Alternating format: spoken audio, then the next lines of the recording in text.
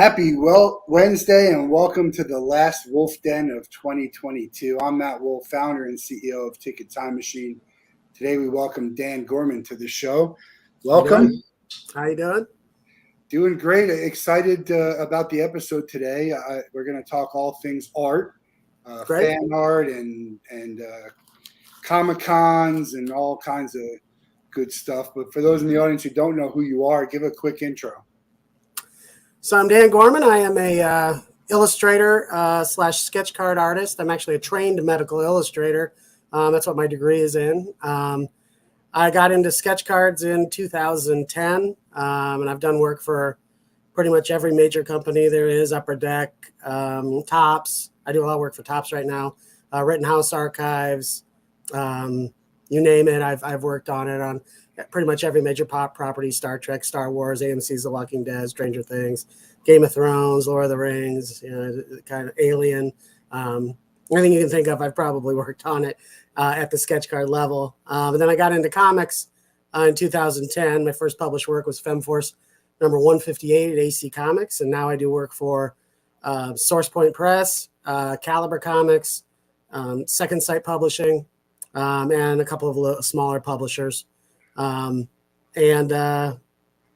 pretty much it. That's what I'm doing right now. When did your love for art and comics first come? I knew I could draw from a very early age. So when I was very young, I thought I would be a syndicated cartoonist. I love the newspaper cartoons. Garfield and Calvin and Hobbes, were my favorite cartoons. And I thought I would be a cartoonist. But then when I was like 12 years old, I kind of fell in love with comic books. And at that point, I thought, well, I wanted to be a comic book artist. And in high school, I had a great teacher, Mr. Wayne Shepard, who was a fantastic art teacher who kind of took me under his wing and kind of pointed me in the right direction, helped me develop a portfolio for art school. And he knew of the medical illustration program at the Cleveland Institute of Art.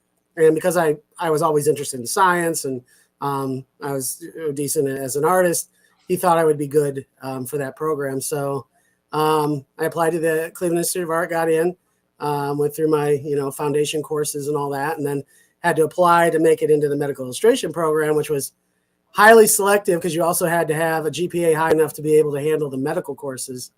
So they only accepted 7 people that year out of 100 that applied, and I was one of them.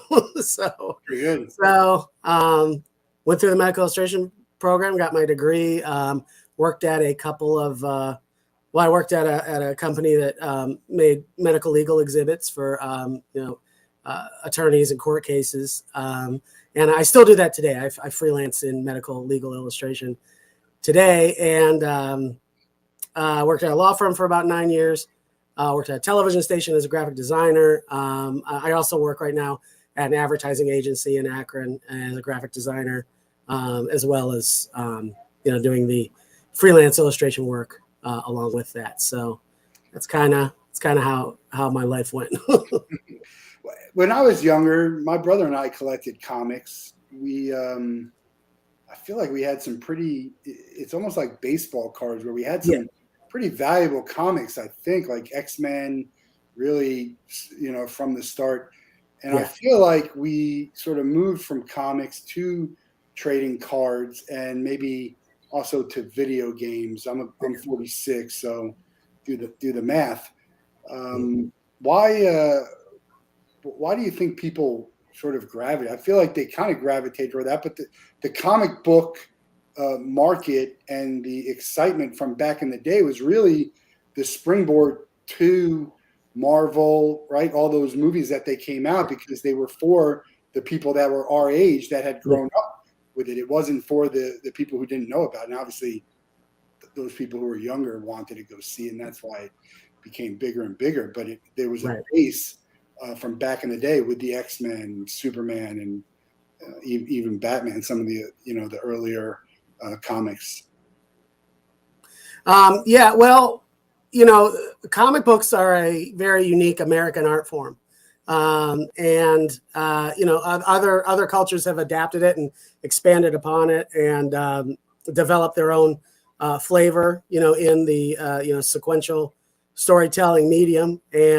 But it's a very unique art form that combines both storytelling and visuals. It's almost like a storyboard for movies. So that's why I think comic books are a perfect place to look if you're going to develop a film, because a lot of the storyboarding is already there. You kind of already know what you're going to do, by just reading the book. And I think that's what lends into it. And people just really are very excited about, the mythologies behind the characters. They treat some of these characters, like they're real people. And you can tell by the reactions on social media to things that happen to the characters, both in the books and in movies, how passionate people are about these things. Well, yeah, Henry, what's his name? Henry Cavill. Yeah, being announced as not right coming back for Superman. I guess there was, I heard there was, was it money? It was money, or they wanted to. Who knows? I don't know if it was money, but I know that there was a shakeup at DC regarding the sort of the structure and the direction that they wanted to go. Every time somebody else takes over, they always want their own people involved. And they always have their own vision for how they want to tell their stories. And sometimes the actors that are already in place don't quite meet that vision. So that's like when it's a new thing that isn't the writer or director the same, or has that changed? You mean in film? Yeah. No, not necessarily. Historically, the people who write the screenplays don't necessarily direct the films. I think that you probably do have hybrid writers / directors. That for sure probably happens. But I don't know if, like, James Gunn at DC is the one who just took over. So I don't know how much writing he'll do, or even how much directing, or if he'll just oversee everything. Does it bother you when they have new people, like when Spider-Man keeps changing and Batman? I mean, does that bother you? Does it matter who is next? No, it doesn't matter to me, the actors that play. I don't get attached to the actors as much, and to be honest, the films are such an extension of the books themselves that a lot of what I see in the films, I've already seen in the books. But a lot of people who love these films haven't read the books. Sometimes they go back later and read the books, but the generations that have preceded us, a lot of these stories are brand new to them, even though they're really recycled stories from comic books. That's a good point, because I'm not a book reader from back in the day, and I enjoy the film, and people will be like, well, it wasn't exactly like what happened in the book. They took some liberty. Yeah. Maybe they don't like that. And I probably wouldn't either, in a way, but in another way, it's like, I read the book, I've seen that story, so any kind of changes might be interesting to me. Right. I don't know.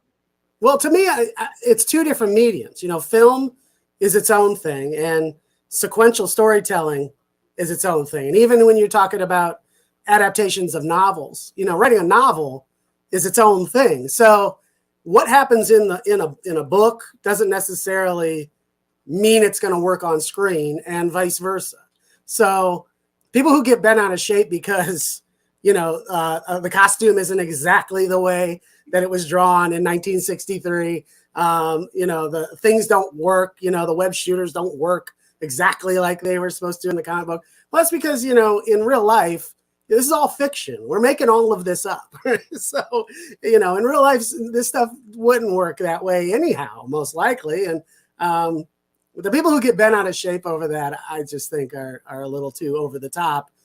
You should just enjoy the book for what it is and enjoy the movie for what it is. Just enjoy stuff, Don't get bent out of shape because it's not exactly what you expected. Just go in with an open mind and enjoy it. Have fun. Eat your popcorn and watch the movie, And then wait for the next one, because there will be it almost doesn't matter if there is Marvel to me and DC in these superhero movies.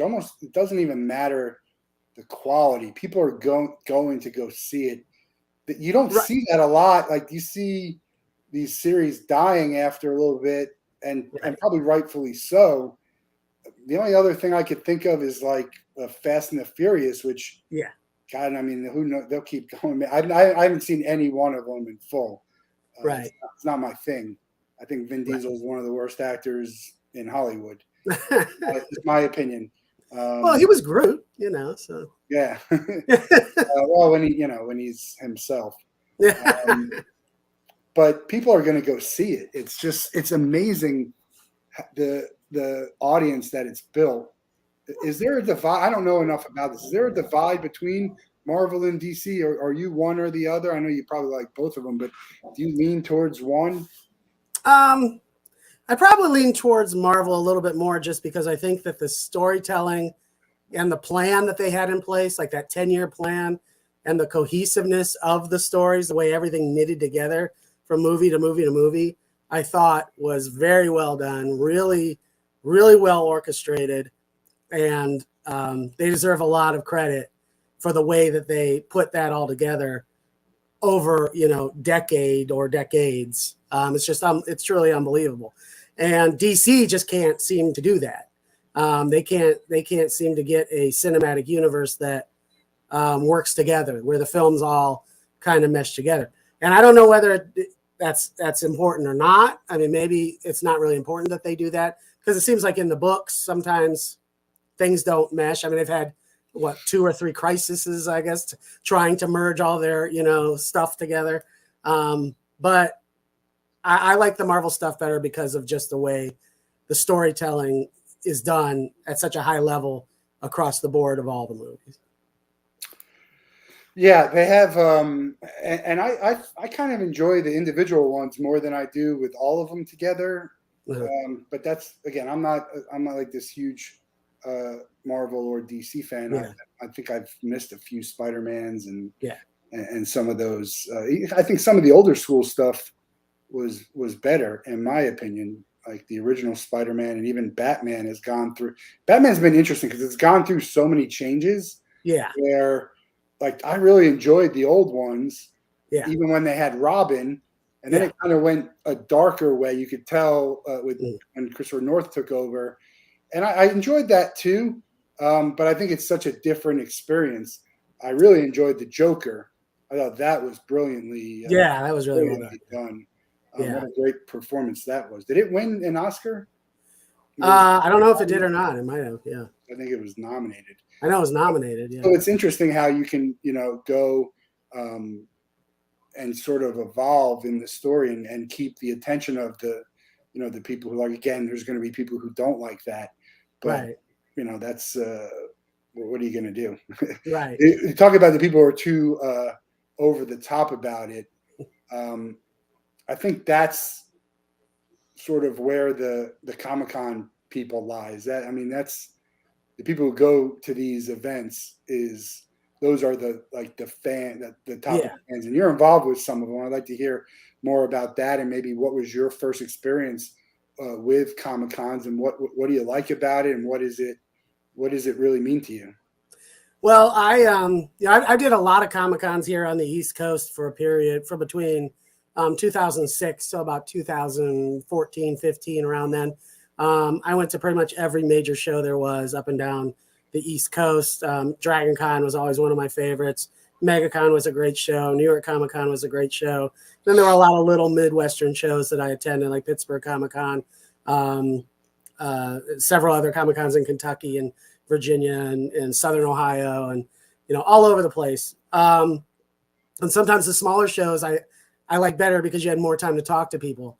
But you see a broad range of people who are just enthusiastic about pop culture and the characters that they love, and they love the creativity that you see in the cosplay is just amazing. But now I own Akron Comic Con, so I own and run. I'm a co-owner of Akron Comic Con. Jason Miller and myself co-own Akron Comic Con. And we've been running that show. We've been responsible for that show since 2019. And so we operate that show, and we have a great time doing that. When people go to a Comic-Con, the cosplay is great. You see, Yeah. But you can have just as good a time at an event like that without dressing up. What's the big draw for you? Is it seeing other people? Is it interacting with the other fans who are big, other people who are big fans of it? Is it the celebrities? What do you think is the most important thing when putting together the event? You're doing it now. Yeah. For me, it's about giving a cross section of entertainment for everyone, for an entire family to be able to go and find something that they like. And we've been able to do that because we have, a certain number. We like to keep a balance of comic book, vendors to artists to crafters to celebrities. And we have a really nice mix. And so families love coming to the show and because there's something for everybody. And there's always this energy on the floor of Akron Comic-Con because everybody's excited. And Saturday is our big cosplay contest. And the number of people probably increases by about 20% every year who are in costume. So I think we had the highest number of people in costume for the contest this year. And that's run by Rubber City Cosplay, who do a phenomenal job. And we can't thank them enough for the work that they do. And, it's just the fun and the energy of being there and getting to taste a little bit of the pop culture stuff that you love, you see on TV, you see in the movies. What's the bonus of running it as opposed to going as a fan? What have you enjoyed most about running it that you wouldn't just attended these events? My favorite part of running it is when it's over. That's my favorite part.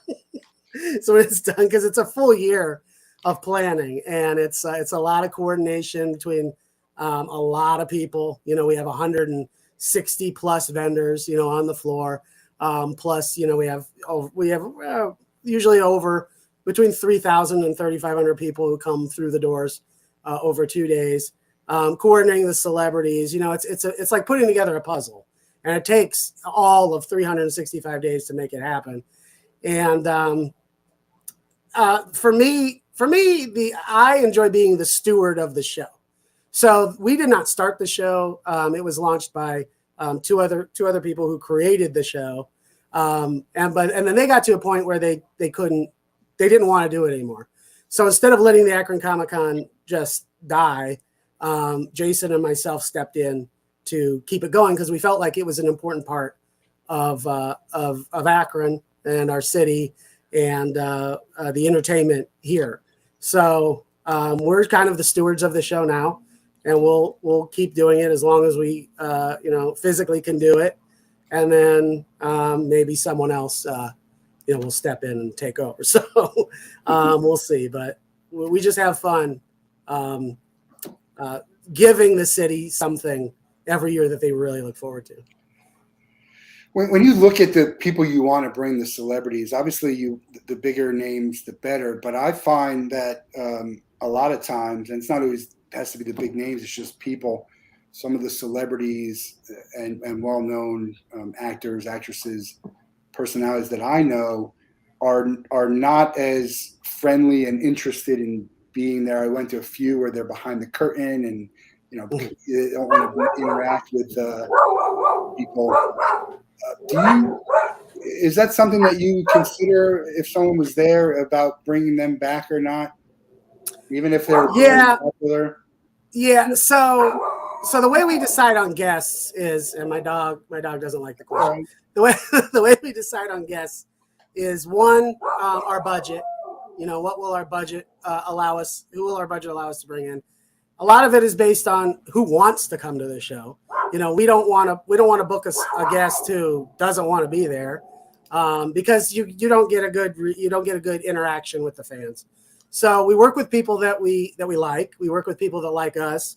We work with people that we try to have a relationship with outside of just the business end of the Comic-Con. Most of the celebrities that we've brought in, we now have lasting relationships with that translate into other events and other promotional things. We help them, they help us. And that's kind of how we handle it. And a lot of times it's just, what door is open today, which celebrity is open to working with us. And we have a couple that we're working on right now. And we'll make those announcements here, I'm sure, pretty soon for next year. But that's kind of how we do it. I know a lot of people will suggest, hey, can you get this person or can you get that person? Well, a lot of times they're ungettable because one, we don't have a connection. Two, we don't have a way to get a connection, and three, they're going to be out of our price range anyway. So, give me a couple of people out of your price range that you would love to have. I would love to have a big time Star Wars guest. Like maybe a Harrison Ford, or a Donald Driver even, or we've had a couple people. I don't know if we've had any people actually from Star Wars, but we've had a couple of Walking Dead guests, and big actors, big names. There's a couple that I would really like. I just don't know if it'll ever happen. So, but we work on it. We work on it every day, and we'll just see what happens, I guess. Is there anyone local to leverage? I know LeBron James is an Akron kid, but. Yeah, LeBron. I mean, LeBron's usually in the middle of or starting basketball season, about to start basketball season. So he's never at the show. But yeah, there are some local people in Ohio, Michigan, Pennsylvania, New York. Who are willing to come to the show, and so it's a lot of it is who can we work with and who wants to work with us is what it comes down to. Yeah, I mean, there are people who really love being around, the fans, and I think some of it is, their 15 minutes are up or have been up, and some of it is just, I mean, that's who they were for so long, and to be recognized like that, it's a pretty cool thing. Yeah, to be recognized like that, and I think, but you got to want to be there, and right. You can tell when people, and this is not just actors, it's athletes, and you can tell when someone doesn't really want to be there. You could tell when someone's there just to collect the paycheck and doesn't really care about the fan interaction or how that goes, and that's not really what we look for, and we pay attention to that. When we go to bigger shows, Pop Expos and C2E2 and Wizard Worlds and whatever, when we're looking for guests, we pay attention to who's good with people and who's not, and if you're not good with people, then I really don't care how big a name you are. We won't ask you to come to the show. Yeah. I want to go back to your art. How do you decide to get into, or how do you start doing sketch art and cards as you're doing medical illustration? And why medical illustration? I know you said it was a professor, but did you think about doing fan art, sketch art, some type of entertainment, art for the entertainment world before you looked into the medical? Well, yes, but before I went to art school, I really had no idea how to even get started. Like I had no idea I had no concept of how to become a comic book illustrator or how you even get a job as a comic book illustrator. I didn't know anything. I was so far on the outside that I wasn't even on the map, So going to art school trained me to be, took what talent level I had and honed it, and I chose medical illustration because one, it was challenging, and I always felt that, well, if I was never able to be a comic book illustrator, if I was never able to do entertainment illustration, I would at least have that to fall back on. So I could possibly live as a medical illustrator, which I did for almost 15 years. Had a normal job as a medical illustrator and did a lot of stuff on the side. But that was my main job. And then in terms of sketch art, I started doing conventions as an artist in 2006. And one of the first artists that I met and became friends with was Louis Small Jr., who was the first full color illustrator on Vampirella when it was published by Harris Comics. And Louis and I became friends. and we would see each other once or twice a year at conventions in Pittsburgh. And it was about 2010, and he came over to my table and he said, "Hey, there is an opportunity at Bragent Marketing they're looking for sketch card artists. Are you interested?" And I'm like, "Yeah, sure, I'm interested." And before that, Brian Kong, I don't know if you know Brian Kong, but he's a big time sketch card artist. He had always told me that there you go. Yeah. Met Brian at a non-Comic-Con. Oh, there you go. Great stuff. Yeah, he had always told me that I should do sketch card art too, but again, something I just didn't know how to get involved with. So when Lewis gave me the the contact info for Bragent, I sent him some samples, and he immediately put me on 2 sets. So I worked on 2 sets in the spring of 2010, and then I didn't really do much. And between doing that sketch card set, I decided, well, I wanted to take. I'd only done 1 sketch card set, 2, and I decided I wanted to take the step to comic books. So I pulled a bunch of samples together, and I created a database of I did research on every single comic book publisher that had open submissions. And the first one was AC Comics, first one on the list. So I put together an email, sent off my samples, and I immediately got a response back. And they're like, "Yeah, we'd like to have you draw this script." So I'm like, okay.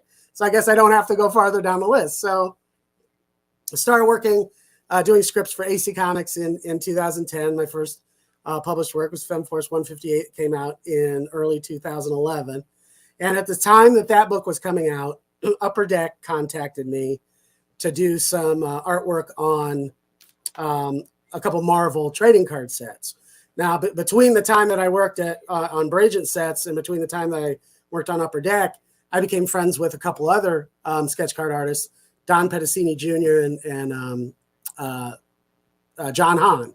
And both of those guys had seen the call for artists at Upper Deck and alerted me, and we all sent in samples. Well, we all got on sets, and I did about 8 trading card sets for Marvel, and then moved on to other stuff at Rittenhouse, like Star Trek and Game of Thrones and different things.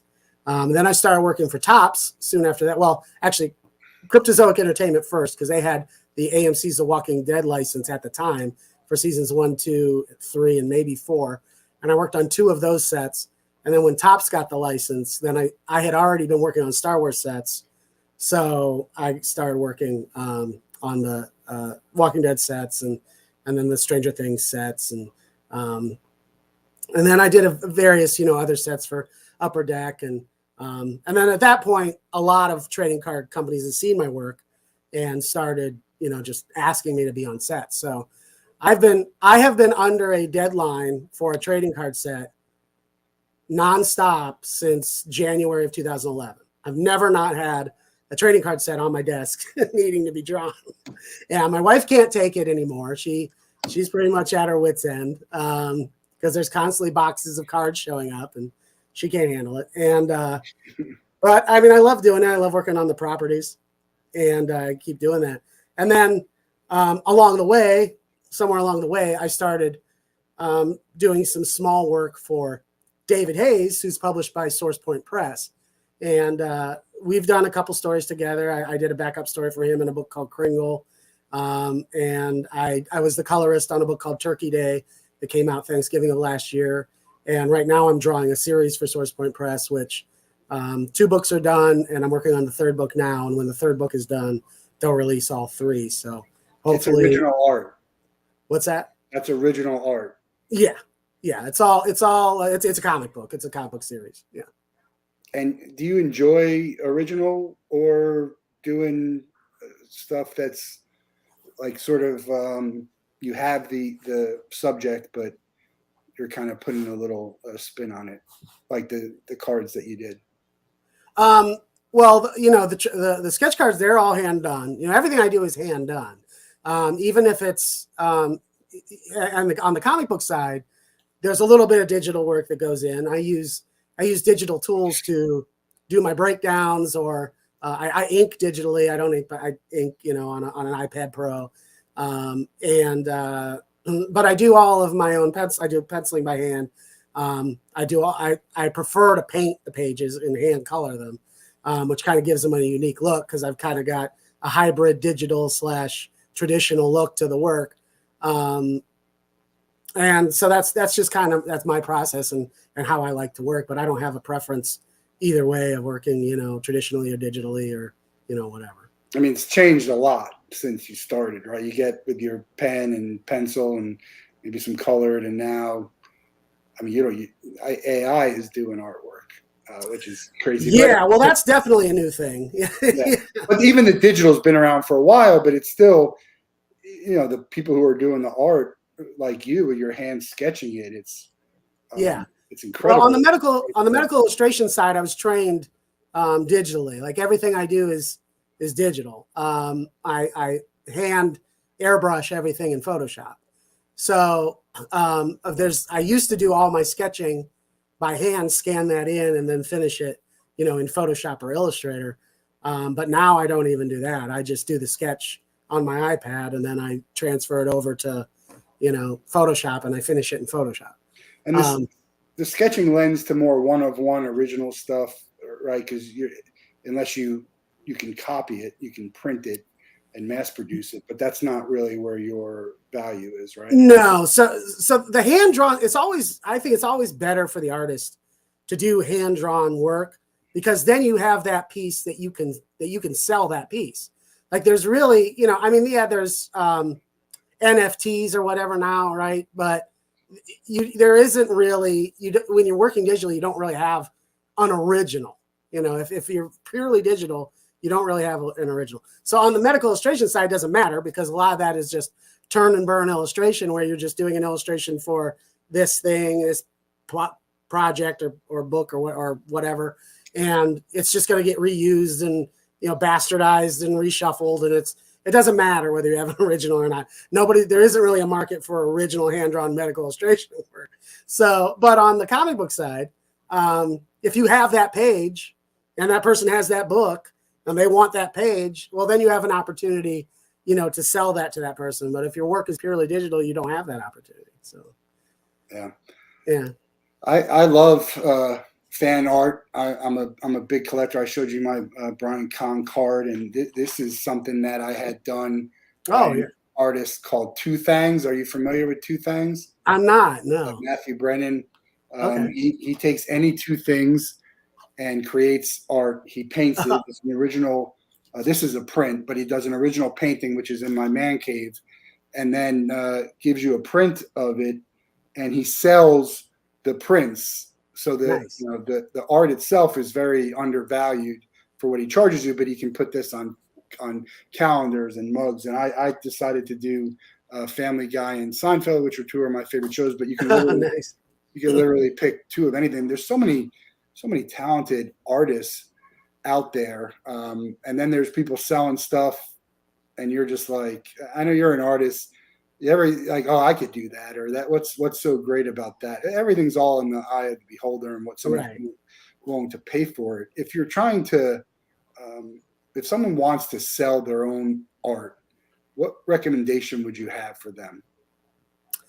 Well, there's a lot of online resources now. There's several different like Etsy, and there's a lot of T-shirt sites. Like I have work up at TeePublic, but there's TeeFury. There's a whole bunch of different places you can upload your art and put it on products that you can sell, to the general public. When you're doing mashups that involve proprietary products, a lot of times you get a takedown order from that from that licensor, which I've had happen, a couple of times.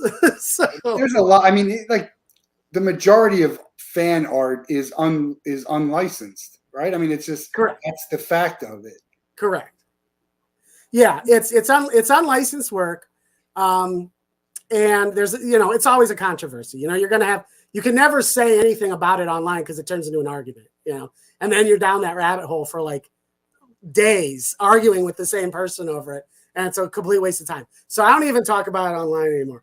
But fan art is unlicensed work, but it's still your creation. So if you do your version of Spider-Man, it's still your version of Spider-Man, and you do have rights involved with your own artwork because it's drawn by your hand, and you are protected because you created that work. Now, yes, it's of a licensed character that you don't have the reproduction rights to, right? But there is sort of this unwritten agreement involving most IP holders and fan artists where they have to enforce their IP in order for you to stop doing it. And most of the time, they don't care. They really don't care. It's not worth their time. It's not worth their money. And what they also understand is that the artist alleys at these conventions, even though there's fan art that is unlicensed for sale, it drives the entire industry. You know, it keeps the excitement for Spider-Man going, and Deadpool and you know, Batman. It keeps the excitement for those characters going, and people love to see, you know, different interpretations of the characters, and people love to see underground interpretations of the characters, you know, stuff that you'll never see in a book. There's a market for that. I never thought there would be. You know, when I was encouraged by Robert Krause to do fan art, which got me started. I got started as a fan artist, and for, you know, about 5 or 6 years, that's all I did. But I never thought in a million years anybody would care about my version of Spider-Man, but it turns out they do. So I remember seeing like some soft porn versions of like Simpsons and Seinfeld. You know, that's when it's like you go down to the weeds and the Reddits, and you get some real wild, some really wild stuff. But there are some really cool interpretations of the art, and I think I agree with you. It's just, you know, I like that. I'm more inclined to buy something that's not the actual art than is. But you have to be careful.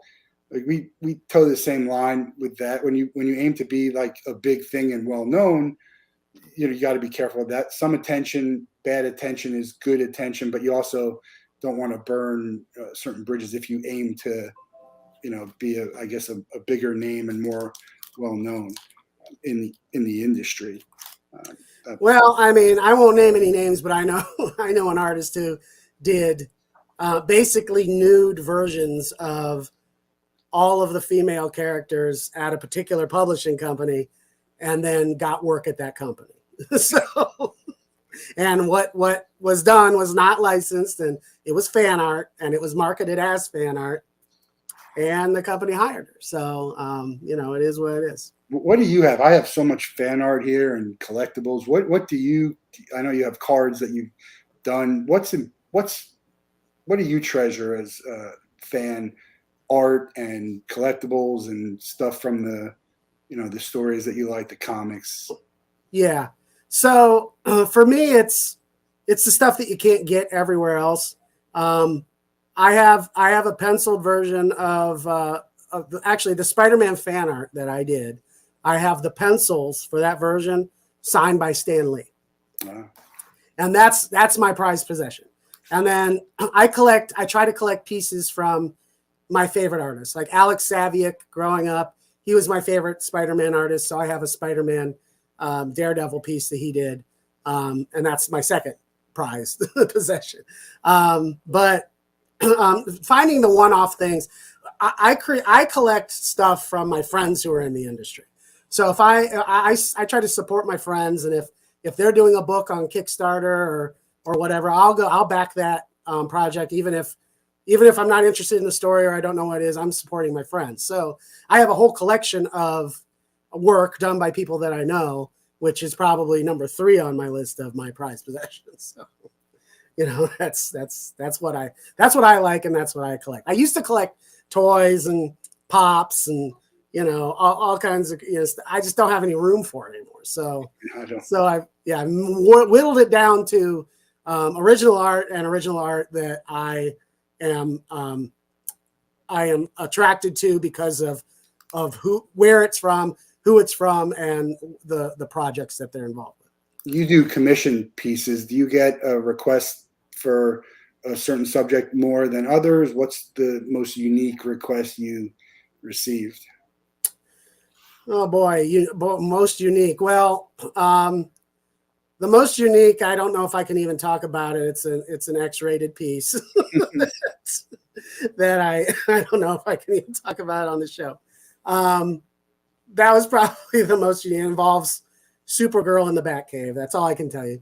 And I don't really get I don't really get a repeat of a specific theme or character in commissions. It seems to always be something different because everybody loves their own character. There's always a character that somebody loves a lot, and a lot of times it's something obscure. Like not everybody loves the main character all the time. Sometimes they love, Aunt May, or they love, the third guy in the chair next to Lois Lane. That's the character that they love, and they want, a commission piece of that character. And a lot of times it's because they can't find art, readily available of the characters that they like. So, I get some of that, especially on the Lord of the Rings side. There's a lot of, obscure characters that, I've had to do commissions for and stuff like that. But I don't do as many commissions now because I don't have the time to do it. So like my commissions are like not publicly closed, but I don't advertise that I'm open for commissions because I don't have the time. And usually when someone commissions something, it takes me quite a long time to find the window of opportunity to get it done. And I hate having people wait, and I never take money for anything until it's done. And, it's very difficult for me to do commissions right now just because of the amount of work that I have on my table. Yeah. It's, is there a way to get yourself do larger, or is that it's all sketch cards? It's smaller. Do you find it easier to do a smaller piece, or if like an 8.5 by 11 or? No, when it comes to commissions, I hate doing sketch cards because I've drawn thousands of them, thousands and thousands and thousands of them. You can go on eBay, and chances are if you want a version of a character drawn by me, chances are it's on eBay. So you can go buy it. And it's not me listing it. It's some collector. But I just hate drawing sketch card commissions because I just do too many of them. So I like working a little bit bigger. I love doing sketch cover blanks. So if you want me to do a blank sketch cover for you, I have no problem doing that. That's actually my favorite thing to draw on. Yeah, there's so much stuff that I'd love to get done. But it is expensive, and it should be. It takes a lot of time, for someone to put together something like that. But I like. I have stuff like sports. I had someone do my Mount Rushmore, a Mount Rushmore of some of my favorite sports people, and I did a Tebow thing. You've always been interested in this Star Trek. Have you done anything in the sports world? I know you worked for Topps and Upper Deck, but have you dabbled in any of that? And is there a difference for you when you work on sports as opposed to some type of entertainment? Yeah, so I work on the MLB license at Topps right now, and I've worked on almost every set for the last couple of years. So I do a lot of work there. I worked for Leaf for a couple of years. I did work for Leaf, and I was able to do, NFL players and NCAA players and a couple of NBA players and stuff like that. But now I'm primarily working on baseball, and I'm kind of hoping that since Fanatics bought Topps, that will open up the NFL license and the NCAA license and all of those licenses to trading card products. And maybe, I would love to work on an NFL set. That would be fantastic.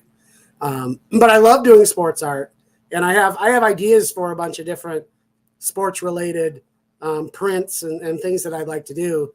I just gotta, either gotta find a planet to live on that has a 48-hour day, or I need to have things slow down so I can get some of the things on my personal project list, underway. So is that a plan to eventually just be able to do sort of the art that you love to do? I mean, it's probably a theme with other people. Like if a lot of people can't just afford to live on that. Right. And so it's a side thing, but that's what they really love to do.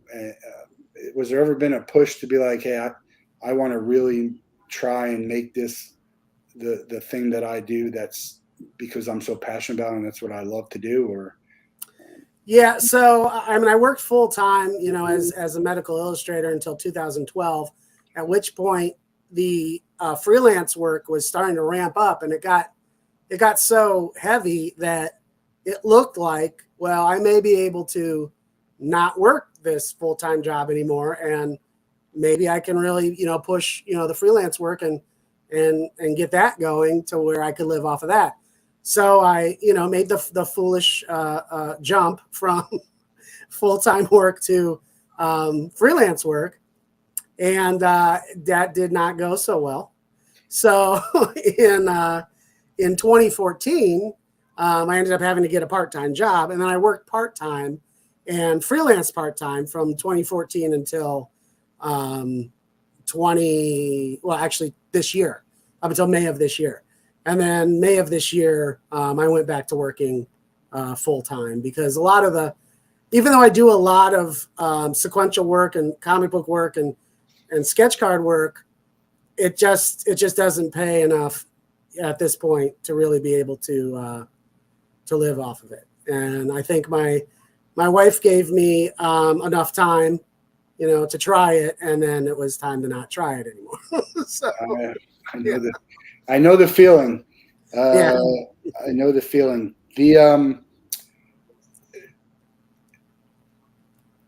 If you could choose one, you could do Comic Cons, you could do sketch art, or you could be a comic book illustrator. What are you choosing? If I could do one thing and I could do it every day, it would be to be a cover artist for comic books or books in general. Just be a cover painter. I love painting books for comics. I love doing that. That's my favorite thing to do. And if I could do that every day, that would be the greatest thing ever. Yeah. I mean, there are people, like, you have great art. There are people who do that. What gets someone to that level? Talent, yes. Knowing the right people. Yeah. But there's people who are out there doing that, aren't there? Yeah. I mean, most of the time, especially at the highest level, it's mostly about your name recognition. If your name recognition, Jim Lee and J. Scott Campbell and, Perillo and, the guys who are great cover artists, their name sells the book as much as their art does, because most of the time people are pre-ordering the book based off of just the name. Yeah. They're not pre-order. They haven't even seen the artwork yet. They don't care. Jim Lee's doing the cover. I'm buying the book, So that's basically what it comes down to. So until you get, an Alex Ross cover, you know what that's going to look like without seeing it. So, you want that cover. Until you get to that point where your name precedes your product, it's a very, very tough thing to do. It's hit or miss. Sometimes you get the job, sometimes you don't. Yeah, you've worked with big companies, you worked on big projects. So you have some name recognition. Is it just the luck of the draw for some people? I mean, I don't know. At the companies that I work for, I push for it all the time. I'm always like, hey, what cover can I paint? What cover can I paint? I'm probably, a broken record. But I'm always pushing to do a cover. I'm under contract with Second Sight Publishing, who the projects I work on are Mississippi Zombie and Harvest of Horrors, and those are published through Caliber. But I'm working on a project right now with kind of a big name that will be in the anthology. I don't know if you saw the Shook anthology on Kickstarter. That funded a couple weeks ago, and I'll be drawing a story for that project. And because of the cover painting work that I'd done up to that point, the request was that I paint the pages. So now I'm painting the pages, which I love to do. So that'd be great. But I love doing the covers. So anytime I can do a cover, and when I see another artist has done a cover for a book, I send it. Hey, what about me? So Have you ever heard of Project City? I don't think so. It's a community about animation and might be worth it. It was brought up in my poker game by a friend who joined it and is someone who wants to get more into comics and animation. I'll send you the link for it. Okay. And to look into. Do you ever create something to give like as a proof of concept or like a proof? We do that sometimes, be like, so they can see your work and what you have idea, or is there just sort of the risk in someone stealing that and kind of using it? Yeah, so they kind of discourage that. At the major publishers, that's discouraged because in the event that someone who is already under contract with them happens to come up with the same or a similar idea, they are at risk of you suing them. So that's highly discouraged. The only time I've ever done anything like that with any success is I do comic books for our local AA baseball team. It's the Akron Rubber Ducks, and I do a comic book for them called Rubber Ducks Tales. And I just finished the 3rd book, and I'm starting the 4th book now. And they have a Comic-Con that they run at the stadium every year called Quackrin Comic-Con. So at Quackrin Comic-Con, we release one of these comic books. So I have another year to put together book 4. And then I design a bobblehead for them every year. So I have to usually submit my materials for, okay, this is the book, this is the story I'm telling, this is the bobblehead that'll go with it, and then it has to get approved and all that. So that's the only situation where I've actually been in where I need to submit story concept, but there's no danger of that getting stolen because I'm the only artist there. So, yeah. I got a question from on my phone here from someone who's watching but can't log in. Wanting to know your thoughts on digital and AI. We touched on it a little bit, but digital and AI, is it how does it affect the industry moving forward? For someone who is hand doing, even if they're hand doing it digitally, but there's different programs between taking a sketch digitally and then just sort of creating. I mean, I create some things that not well, but I create things digitally. Yeah.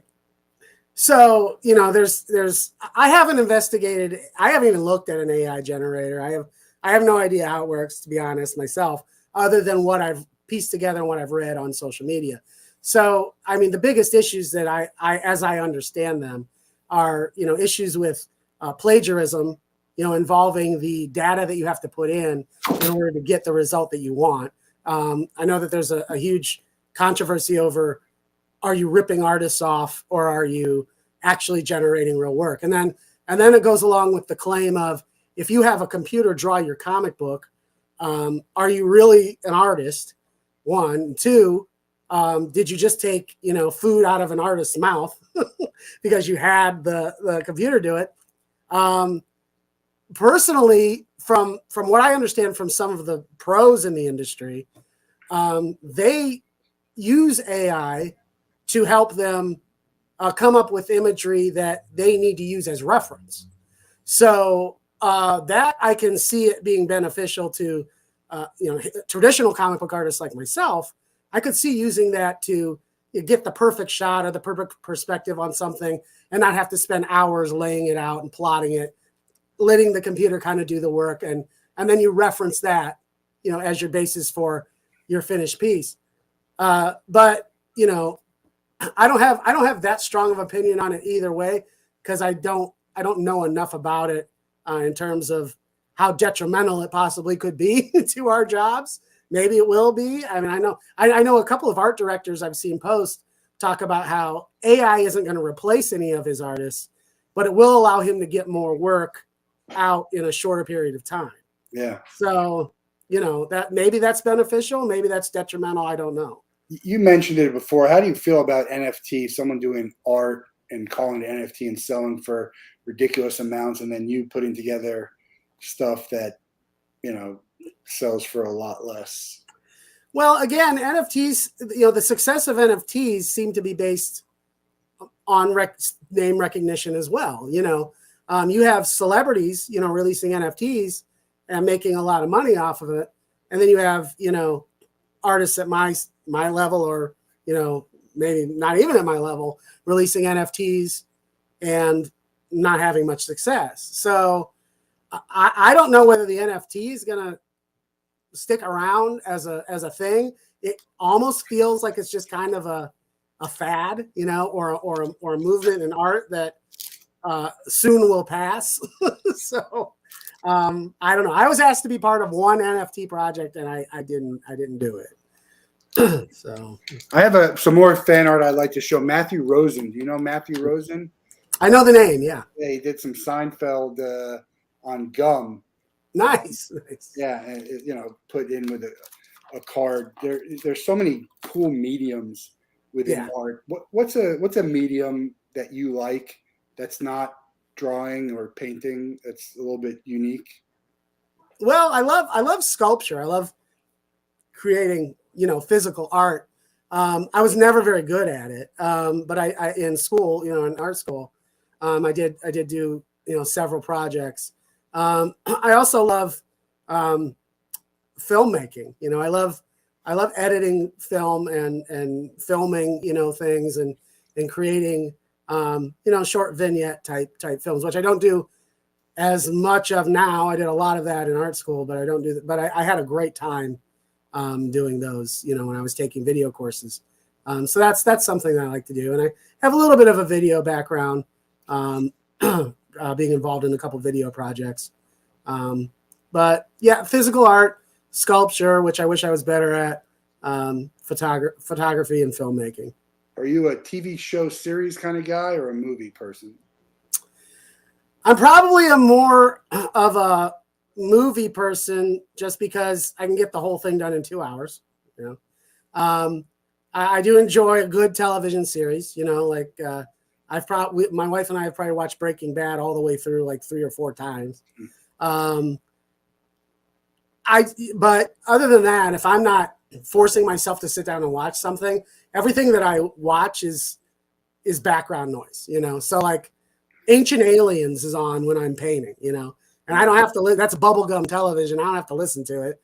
It's just making noise, and that's all I need really to keep me company while I'm working.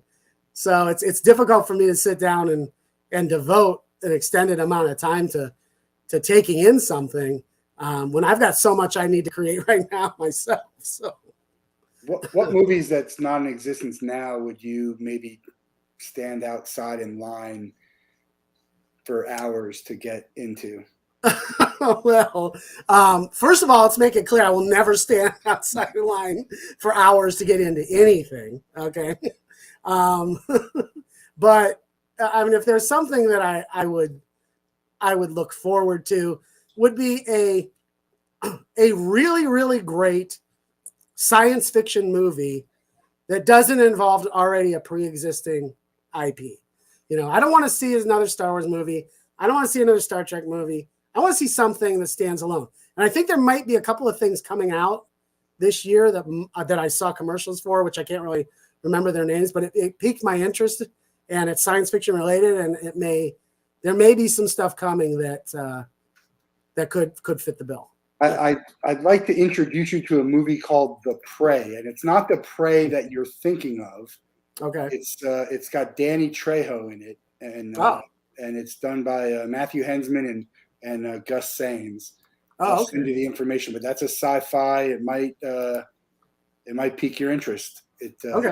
Unfortunately, there was another movie called The Prey that was very well received. Yeah, almost at the same time. Are there movies you'd like to see a sequel of? You're talking about I love Back to the Future movies. I thought the third one wasn't great. I'd love to see a fourth one. I think Indiana Jones is coming out. Yeah, I think the new one. I mean, is there the newer Ghostbusters? I was still a fan of it. The Rocky stuff. Is there a series that you'd like to see brought back? Well, I wish they'd follow up with on Prometheus. I know that belongs in the Alien family, but that kind of left you hanging, with a few things, and I'd like to see that followed up with. In terms of there's been plenty of Rocky sequels. I mean, I don't know if I can watch, Sylvester Stallone get hit one more time. I mean, now you I'm afraid got he'll get shattered. I thought Creed's been okay. It's been a good Yeah, season. yeah, They got another one coming out, but yeah. it's I love movies, and man, I used to go every Friday and watch some new movies, and Yeah. then COVID happened. I got to get back to why I watch a lot of movies on TV, and there's nothing like going to a theater and watching, maybe sneaking into a second one. Yeah. One time I snuck into a third one. Have you ever done that? Have you ever seen 3 movies in a theater in one day? I'm actually I actually hope that they don't stop making Halloween movies. I'm probably one of the few that hopes they don't stop, that doesn't stop, because I love all the Halloween movies, even the bad ones. I love those, and I'm kind of sad to think that maybe this was the last Halloween movie. I would hate to never see Michael Myers kill somebody else on the I'm more of a Freddy fan. That was my thing, and I really enjoy the Scream movies, and I enjoy the Saw series. I thought those were very well done too. It's great when you see someone like the famous, like Drew Barrymore dying in the beginning, and Carrie Elwes in the beginning. You're just like, well, that they're not going to die, and then you're like, whoa. You don't see it coming like that. We're going to let you out of the Wolff Den with the same question everybody gets. You can spend a day with anyone in the world, 24 hours, do whatever you guys would like to do. They have to be alive, and you can't be related to them. Who would you choose, and what would you guys do? Oh, boy. Wow, they have to be alive, huh? That's everybody I really liked, I think, is dead.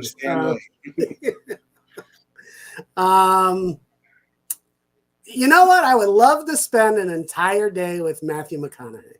Yeah, I think he's all day. Yeah, I want to drive around in his Lincoln, and I want to just do Matthew McConaughey stuff for like a whole day. Do you have a favorite Matthew McConaughey movie? The Lincoln Lawyer is one of my favorites. I love that because I saw that at a time when I was working at a law firm. So that was great. He's been in a bunch. I liked him in Contact. I thought he was pretty cool in Contact, even though his part wasn't that big. Did you see The Gentleman? His latest he's a marijuana entrepreneur. I did not. I haven't seen it. Really good if you like Matthew McConaughey. He also has a graduation speech, which is maybe one of the best speeches I've ever heard. You can find it online, or I'll send it over to you so you can take a look at it. But he'd be fun to hang out with, that's for sure. Yeah, absolutely. I think, but it'd be interesting too, because they're actors, right? So how do we know when they're not acting? Right. I think if you spend 24 hours with them, I'm not saying they're not good enough actors to do it. I just think at some point they would get tired of it and want to sort of break down and just really be who they are. So I think, if you get enough time with someone, you could probably drill into who they are. He'd be a great hang for a day. Yeah. We're hoping we get a name recognition and visibility so we can make that happen. For anyone who wants it to happen. You never know. Check out dangormanart.com. Find him on Twitter. Some great stuff there, and keep an eye out if you're in the Akron area. If you want to go to a Comic-Con that's different, right? Different than whatever else is out there. It's the Akron Comic-Con. So all the information you can find on his website. Really appreciate your time here tonight, and looking forward to seeing what comes next for you. Oh, thanks so much for having me. And I'll let you know when new stuff is coming out. Well, that's a wrap for the Wolff Den in 2022. We're at 262 episodes. We're going to come back strong next year and hit 300 and 350 at some point there. So I hope everyone has a fun and safe holiday season. 261 other episodes to take a look at, some great guests. And if you know anyone who wants to be on the Wolff Den, or you want to be on it yourself, come and shoot us a message.